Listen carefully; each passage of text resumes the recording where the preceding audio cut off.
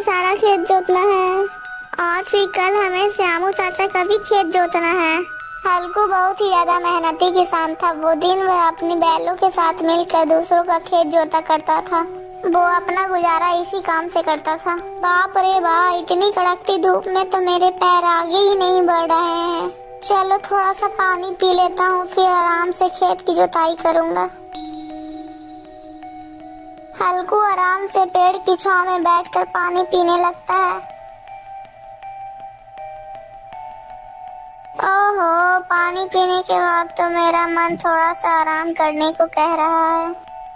चलो चलो थोड़ा सा आराम कर लेता हूँ, फिर आराम से खेत की जुताई करूँगा। हल्कू पेड़ की छांव में आराम से लेट जाता है और सो जाता है। तभी एक जहरीला सांप आकर हल्कू की एक बैल को डस लेता है। तभी वो बैल मर जाता है। अरे राम राम राम, पानी पीने के बाद तो मेरी आँख ही लग गई। अभी तो पूरा खेत जोतना है।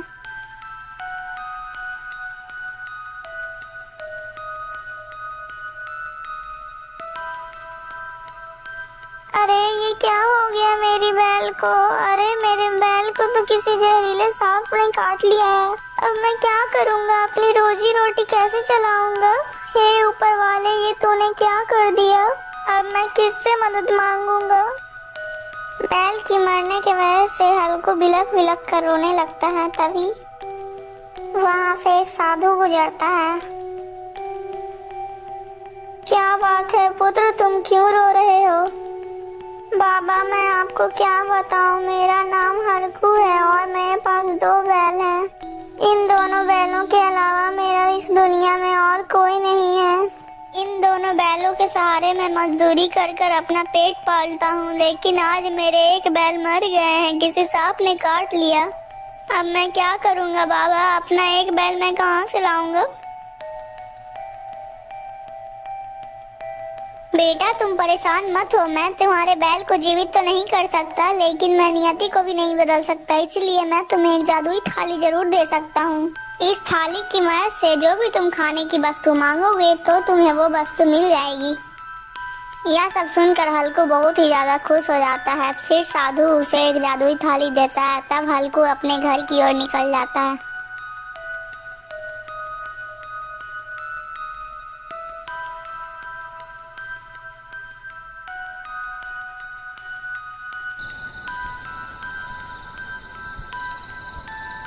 अब मुझे बहुत जोर की भूख लग रही है। चलो मैं जल्दी से इस थाली से कुछ मांगता हूँ।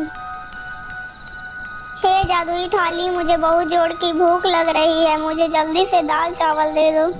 हल्कू के इतना बोलते ही थाली दाल चावल से भर जाती है। अरे वाह वाह, सच में ये थाली तो दाल चावल से भर गई है। मतलब कि साधु बाबा बिल्कुल सच कह रहे थे। अब मेरा सारा जीवन इस थाली के सहारे कट जाएगा। आपका बहुत बहुत धन्यवाद साधु बाबा।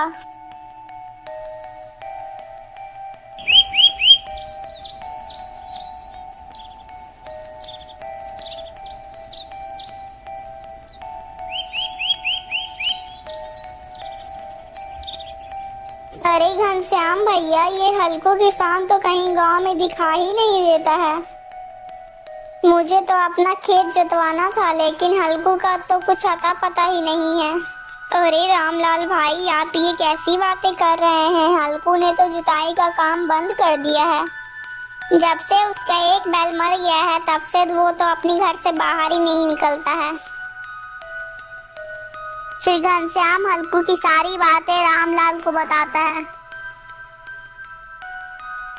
रामलाल हल्कू का बहुत ही अच्छा मित्र था, इसीलिए वो उससे मिलने के लिए चल पड़ता है।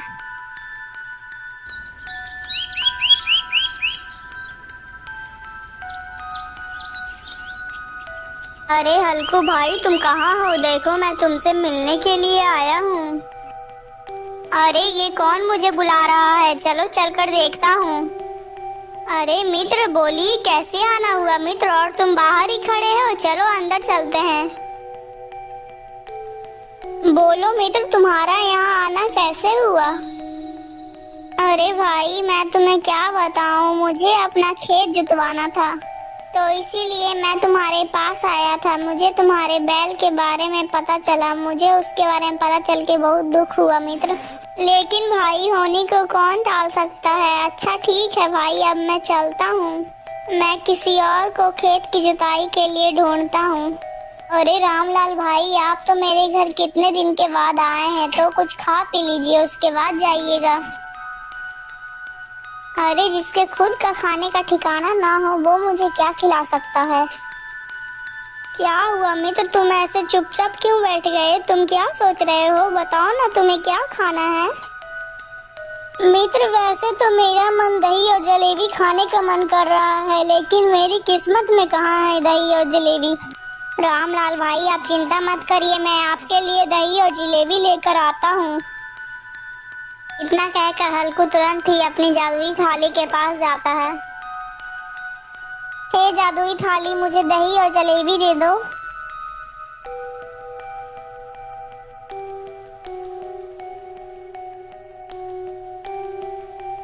ये लीजिए रामलाल भाई आपकी दही और जलेबी। अरे ये मैं क्या देख रहा हूँ, जिसको खाने के लिए खुद के पास पैसे नहीं है वो मुझे दही और जलेबी कैसे खिला रहा है। यह बात मुझे कुछ हजम नहीं हो रही है। रामलाल पूरी दही और जलेबी खा लेता है और उठकर वहां से चला जाता है। दोस्तों आपको ये वीडियो कैसी लगी प्लीज कमेंट में बताइएगा, और अगर अच्छी लगी तो प्लीज वीडियो को लाइक करके चैनल को सब्सक्राइब कर दीजिएगा दोस्तों। और इस वीडियो का पार्ट 2 हमारे चैनल में आपको जरूर मिलेगा दोस्तों, इसीलिए आप लोग हमारे चैनल के साथ बने रहिए।